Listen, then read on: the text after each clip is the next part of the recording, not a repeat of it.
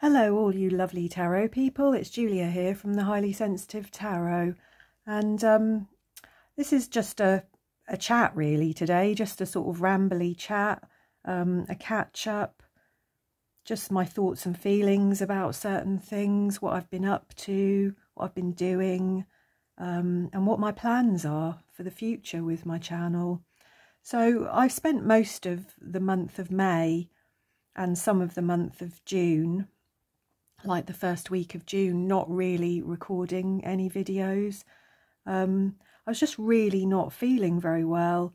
I have a diagnosis of fibromyalgia, but I also have a very long-standing diagnosis of chronic fatigue, or ME. I had glandular fever in my 20s, and I just never really recovered from that virus, and I developed this sort of post-viral fatigue, which was then called ME, or chronic fatigue. And I've spent, large parts of my life being able to manage it and get on. In my late 30s or early 40s, I was diagnosed with fibromyalgia because I had started to develop a lot of pain as well as fatigue. But I think because pain is the thing that's in the forefront of my mind a lot of the time, I think I tend to forget about the ME. And what had happened recently is that I've got some arthritis in my knee. I sound like a right mess, don't I? I'm age 54, nearly 55 this year. But yeah, I've got some arthritis in my knee, and I'd seen a physiotherapist about it, and obviously he told me I needed to walk, I needed to do more exercise, I needed to keep the knee strong, so that it didn't deteriorate any further. So I took his advice and I started to walk more. I bought a treadmill because I find it quite difficult to get out into the world a lot of the time, especially if it's cold. So I bought a treadmill, and I thought I could gradually sort of, I don't know, start to build up my stamina a little bit with doing some exercise. And I've been doing that over the past few months, and in a way that I thought was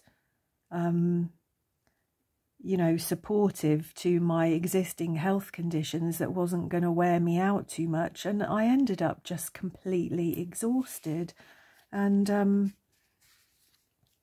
I had these through the post recently because I pay a little sort of month or yearly subscription actually to the ME support, which is a charity in Norfolk. And they send you this little newsletter every month, and it's really, really useful actually. And there's a big thing in this one for May on exercise versus exertion, and it just made me realise that actually I was making myself poorly. There's things here that say studies have found that even short bouts of strenuous exercise produce a host of negative biological effects in ME.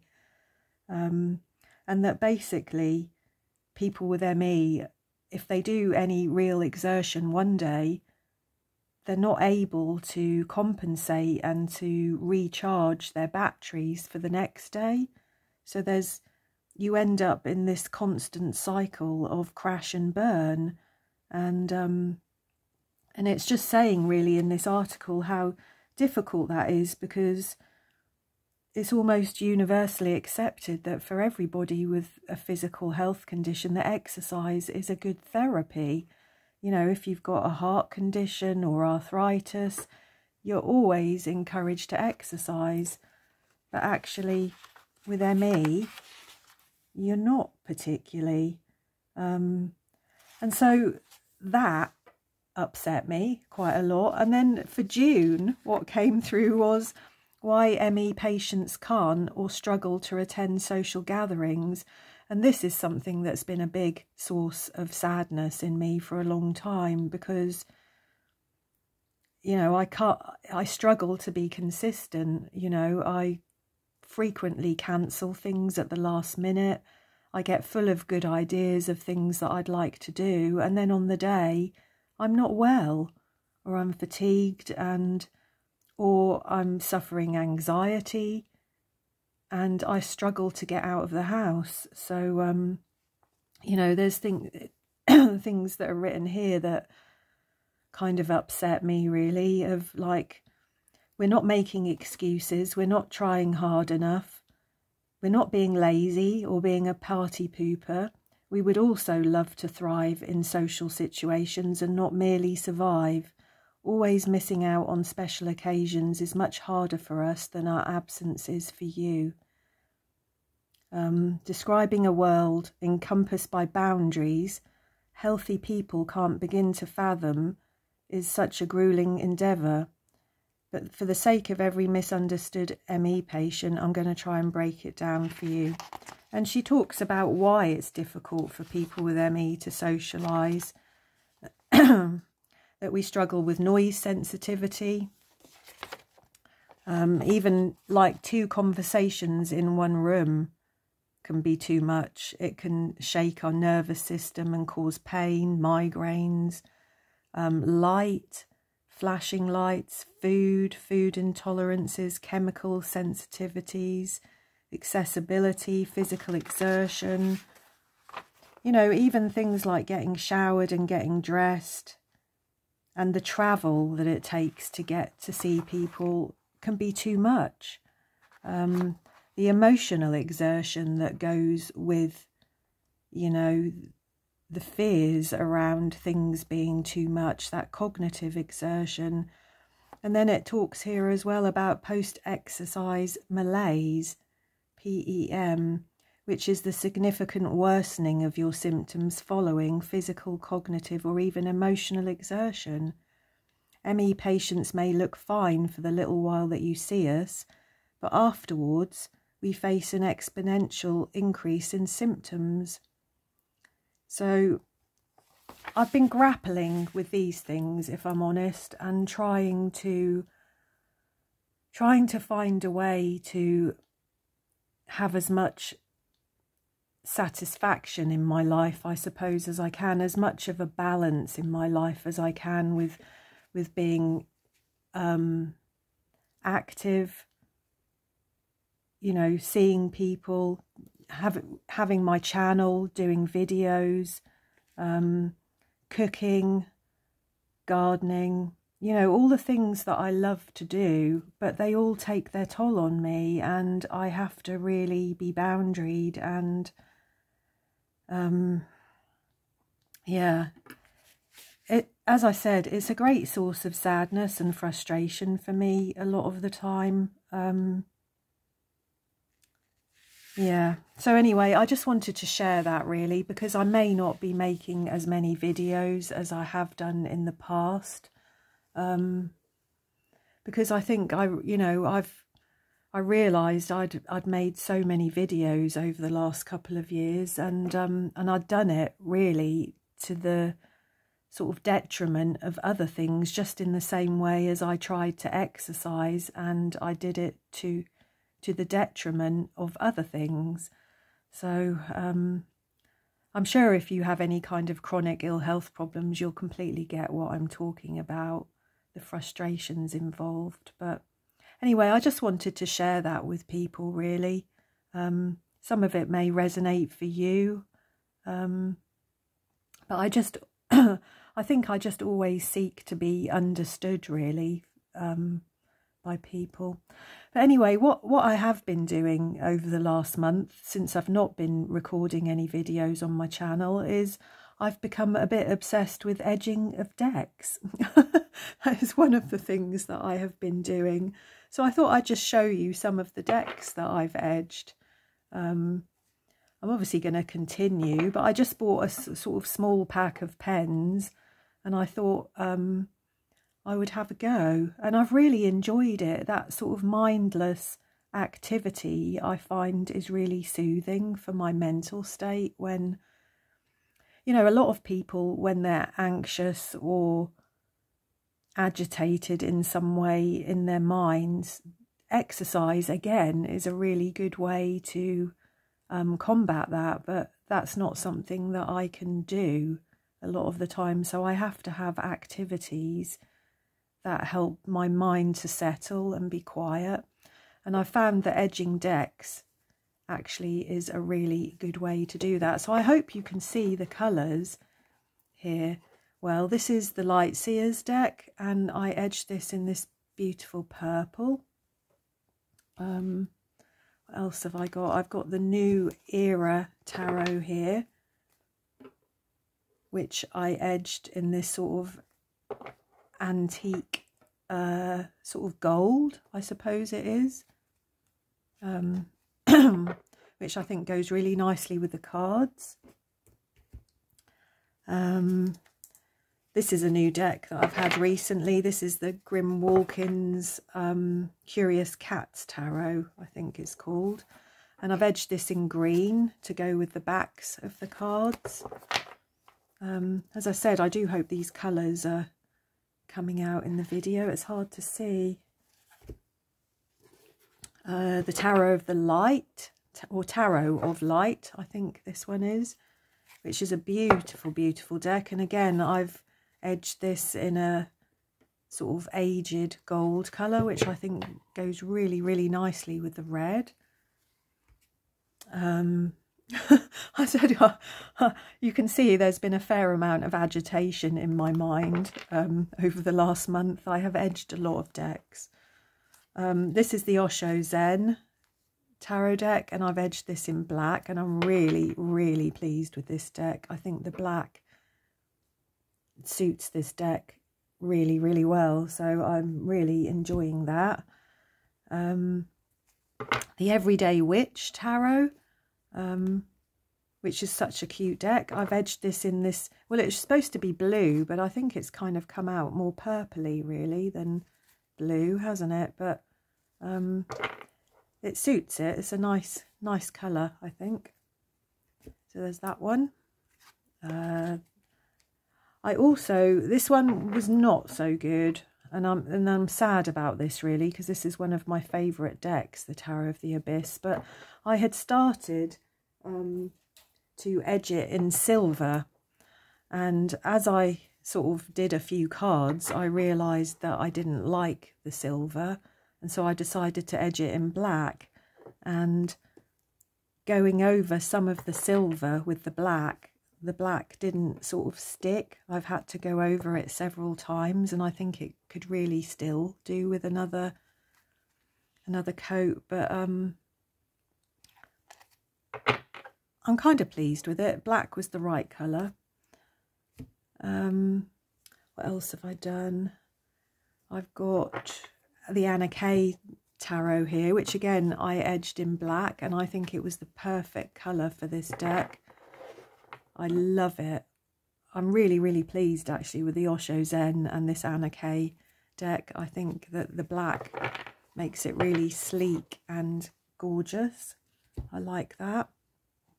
The Raven's Prophecy, I've edged in black as well, and this is actually the only deck that I've actually trimmed and cornered as well. I cut the borders off. It was not easy to do because of this orange strip around here, but I'm pleased with it nonetheless. It's a much nicer little deck now for having the borders cut off and some colour on it. And then I've got two decks here that I'm in the process of edging, because like everything with me, I get bored really quickly, and I'm better to have 2 or 3 different projects on the go at one time. So this is the Witch's Wisdom deck, which is a lovely deck, and I've started to edge this in this beautiful sort of bluey purple colour. And also the Pensive Path Tarot, I've just recently started to edge. I hope you can see that there. And I'm doing that in a sort of antique bronze, which I think will go really, really well with the colour palette of these cards. So so yeah, I'm quite proud actually of all of this deck edging. I've sat sort of watching TV or watching YouTube videos and done this at the same time, and I found that it's very, very soothing and peaceful for my mind. I can actually sort of, my inner monologue will actually shut up for a little while, which is really valuable. What else have I been doing? Let's have a look at some books. So, I have been reading the Raven Boys. There's 4 books here by Maggie Steffvater, and these go with the Raven's Prophecy Tarot deck. That was where I heard about them, from the Raven's Prophecy Tarot deck. And I've read the Raven Boys, and I'm halfway through the Dream Thieves, and I'm really, really enjoying them actually. They're written for teenagers, but I wouldn't say they're sort of younger teenagers. They'd be sort of, you know, 15, 16, 17, 18, that sort of age. They're absolutely brilliant. I love them. There's all things ravens, all things Welsh kings, ley lines, magic, a magical forest, a romance, reincarnation, without sort of giving anything away, you know, about these stories. If you like the Raven's Prophecy Tarot deck, there's a good chance that you will really enjoy these books. I can't say that reading these books has helped me to understand the tarot deck anymore, but certainly some of the things that I see in the tarot deck are familiar themes in these books. So yeah, I've really, really been enjoying those. And I've also been having a look at some tarot books, and well, actually this book, let's have a look at this book first, The Psychic Garden. Every now and again I have to get this out and have a read of it. It's by Melly Viledirt or Vildecht, I'm not sure. It's a really old book. I think it's 1980. And it says on the back, folklore has always endowed plants with great sensitivity and medicinal powers, but in an age dominated by science, we've perhaps neglected the wisdom of these age-old teachings. But Melly presents a broader, more compelling view. The remarkable properties of plants are just part of the harmony of nature. With each plant, man and animal has a rightful place and function that benefit the whole. While portraying a vibrant world of spiritual healers, plant elves and tree spirits, this book also provides a valuable guide to the specific remedial powers of particular herbs. So I've had this book, I don't know how long. I bought it secondhand in a charity shop for £1.29.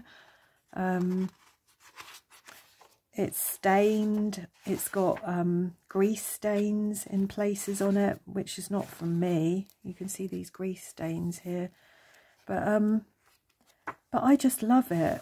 It's really a soothing book for me, and I've learnt such a lot about plants and herbs from this book, and all the esoteric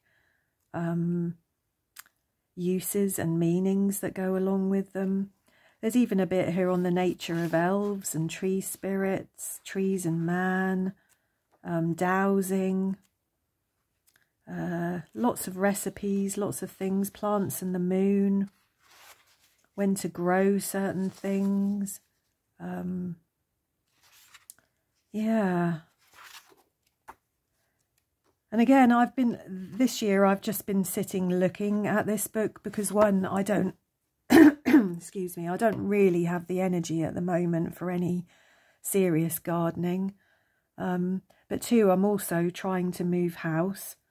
Hopefully this year I want to move across the county to be a bit closer to my parents who are getting older, and a bit closer to my son actually. So I just thought there's really no point me planting lots of stuff, because you know it's a lot of work, and I may have to leave it.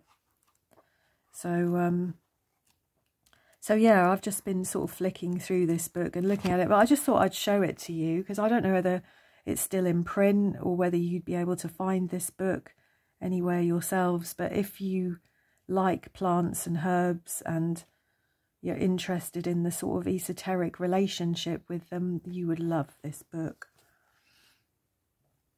Who was it published by actually? Thorson's Publishers Limited, Wellingborough, Northamptonshire. So I don't know whether they are still a publishing house or not, because as I said, this was, let's have a look. It says it's translated from Dutch, actually. So yeah, 1980. Wow. That's 43 years old, isn't it, that book? So what else have I been looking at? The Pictorial Key to the Tarot. I've had this book a long time. And you know, I think it was really useful to flick through it, because when I first had this book, it was like almost a bit of a Bible for me of Rider-Waite-Smith cards. You know, all the symbology was discussed here. Although there's not a lot about each card, there was enough really for me to learn when I was younger. So I think it was useful just to flick through this book really and realise just how much I have learned, I suppose, over the years. Just how familiar, you know, these images are to me now. But there are some really useful bits in here, like some additional meanings of the Lesser Arcana. The recurrence of cards in dealing, things in their natural positions. Yeah, the Celtic Cross. There's actually some good spreads in here as well. So yeah, that's a cute little book. This is my a card a day journal, which I'm not going to show you. But that's pretty much all that I've been doing with my tarot cards, other than edging them in the last month, is I've been pulling a card a day. And I think when I looked through the cards that I had chosen, the Knight of Cups came up the most. So I've been using the Tarot of the Abyss deck, and I really love the Knight of Cups in that deck. It's like the sailor on the boat, and he's trying to take control of the sails and steer the boat through the storm. So it's about learning how to manage your emotional states, isn't it? So I think that's been quite pertinent and quite relevant to me. Also dug this book out as well, and sort of had another look through this. This is the Modern Witchcraft Book of Tarot by Skye Alexandra. I should imagine many of you are familiar with this book. What's the copyright of this? 2017. It's a really, really nice book to familiarise yourself with things. There's some good spreads in here. I really like the explanations of the cards that she gives. Yeah. She talks about symbols, numerology, astrology, a little bit of witchcraft. I think at the back of the book there's some spells. It's just a really nice little book, actually. So yeah, I've been sitting sort of flicking through that. And this book I've spent quite a lot of time with. This one I actually ordered a couple of months ago, so this is a fairly new book for me. The Tarot A Day Workbook by Christine Thompson. And to be honest, this kind of leads me into the next bit that I wanted to talk about, really, which is my plans for the future. Because when I stopped recording videos a month or so ago, I had just really got fed up with so much of Tarot Tube, I think, really, of the various dramas that have been going on, and other people's thoughts and feelings and judgments, and purely selfishly, I suppose it had kind of spoilt my joy for what I was doing on my channel. And when I first started my channel, because it's just over 2 years now, I wasn't even aware of Tarot Tube. I just read cards because that was my passion. That was what I wanted to do. I had very few decks of cards, maybe about 10 tarot and oracle decks altogether, and that had been enough for me for years. And all I wanted to do was read, and I did that for a good year. I think I did astrology readings for all the different signs every month, plus collective readings, pick a card readings. And, I was doing okay with it. I was enjoying it. I was doing okay. Although I have actually deleted a few of those very early videos from my channel. I don't really know why, but one day I just suddenly thought I didn't want to see them on my channel, and I think I deleted around about maybe 30 odd videos. I think they were the first few months of me reading. I probably shouldn't have done that, should I? But there we go. I did. But anyway, I just read cards and I enjoyed it. And I found that the more I read, the more my intuition grew. The more my intuition grew, the more my confidence grew. And I really was enjoying it. And then I started to watch and become more aware of Tarot Tube and people that didn't necessarily read their cards on video, but they like to discuss them and show their collections and do VRs and, things like that. And I started to enjoy watching those videos, and I think at the time thought that this might be a better way forward for me, because although I enjoyed recording tarot readings, and although a lot of them were getting a lot of views, I wasn't getting a lot of interaction with people, and that was what I really had wanted. I wasn't trying to get thousands and thousands of subscribers. I wasn't particularly interested in getting monetized, but I wanted to network, and I wanted to talk to like-minded people and have some kind of way to express myself in that way, I suppose. And so I started to record those sort of videos myself as well.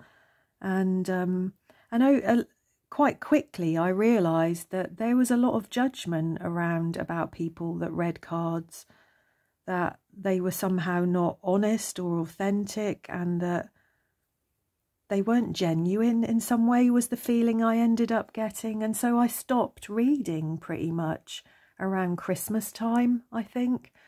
And I just sort of concentrated on VRs. Excuse me. I started to collect quite a lot more cards. I was given a lot more decks of cards.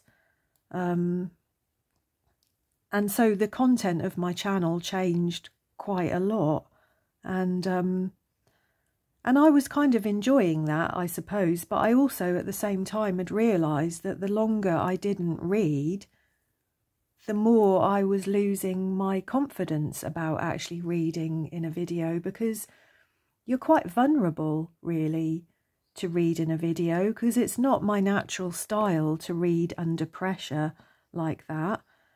It's far easier to read for somebody that's sat across from you, where you can feel their energy and there's some kind of interaction and engagement between you.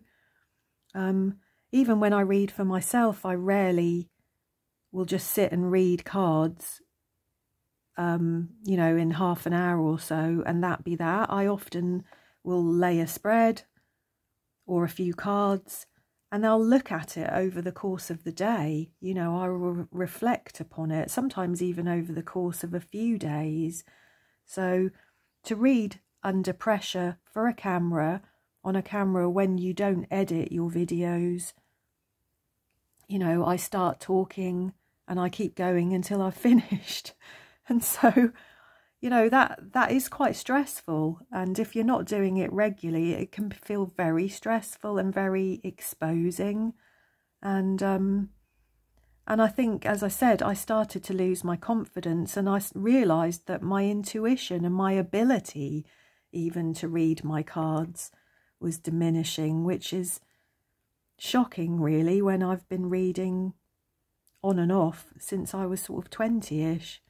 So yeah, so all of the tarot tube nonsense, that I would call it really, because there has been a lot, you know. Some people have had some very relevant things to say. A lot of people have wanted to have their say, including myself, which, you know, I'm not in a position to judge anybody else over wanting to have their say. But, you know, it kind of got me down a bit, I think, really. But also at the same time, it made me sit back and think and reflect and weigh up actually what I was doing and what I wanted to continue to do, what I wanted to take forward. And I've realised that I want to read more. Hence why the first video that I did a few days ago, after my break, was an actual collective tarot reading, because I just felt like I needed to do it, that it was important that I did it to get over the anxiety of doing it. And I really enjoyed it. So this book, I hope to do some of the activities in here over time. It's just a book full of activities, and there's some really good ones in here, like spread crafting.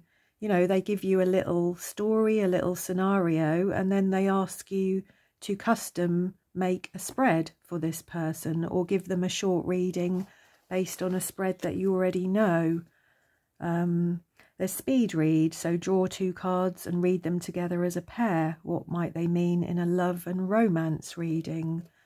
There's stories, where they'll give you some cards and then tell a little bit of a story, and then you draw 3 more cards to continue that story.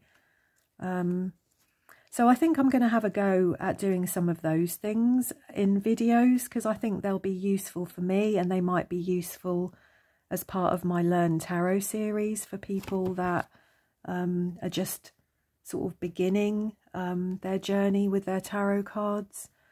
So yeah, I hope to go forward with my channel from now on. I'll still continue to do VRs, because some of them are just brilliant. Like I did a VR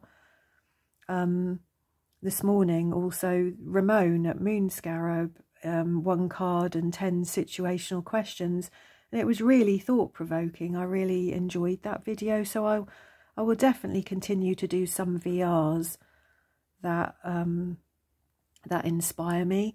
I'm going to continue with my Learn Tarot series, because so far I've covered all of the cards, and now I want to start looking more deeply at your practice, you know, developing a practice, and some of the more advanced ways to read tarot cards, I guess. I also want to do some more readings. There may be collective readings, there may be astrology readings. I like the idea of Nova's hashtag of her read this deck. I've already done that with the Tarot of the Abyss, and I'd like to do some more of that, because there's a lot of tarot decks that have really good spreads in their guidebooks, and I think that that's really valuable and useful sort of video, really, to show how you work with a particular deck. So yeah, let me just look at my notes. If there was anything else that I wanted to say. Yeah, I think that's about it, really. So yeah, I've got lots and lots of ideas and lots of things that I want to do. I've really slowed down on my tarot deck buying. In the last month, I had a deck, an oracle deck, arrive in the post that I'd had on pre-order, which I plan to do a video with. Not just a first impressions video, but actually showing how I might work with that deck. And I've also ordered a second-hand deck from eBay that I saw a private seller was selling that was quite reasonable, so I couldn't help myself. I've ordered that as well. But I'm going to try and move away from the sort of just the first impressions unboxing type videos and actually make them into something a bit more useful for people, to show how particular decks actually read and feel. So yeah, I think that's about it. Just trying to think if there was anything else. Do you know, I think my most memorable moment of the last month has been of sitting, because I've got so many birds in my garden. I have a hedge that goes all the way around my bungalow, and it's just full of birds.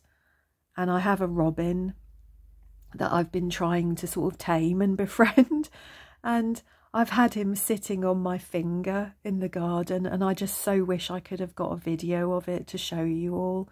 But he comes out every morning, and while I'm filling up my watering can, he's in the food tub stealing little bits of peanuts and fat and things. And one day I just sat there with my hand, you know, on the tub, and he landed on my finger, and oh my God, I was just so happy, so happy.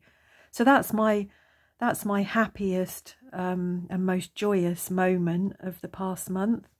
And I've needed little moments like that, to be honest, because as you'll remember when I was talking about, you know, all this kind of stuff, chronic ill health can be quite draining for your spirit, I think. So it's really important to get out in nature and find little moments of pleasure and contentment for yourself. So anyway, I don't know how long I've been waffling, probably far too long. If you stuck with me to the end of this video, I'm very grateful. I'm always very grateful to all my subscribers and everybody who engages with me, who talks to me, who shares with me. It's why I'm here, and I very much enjoy being part of Tarot Tube. So I shall hopefully see you again soon. So everybody take care, much love, and see you again.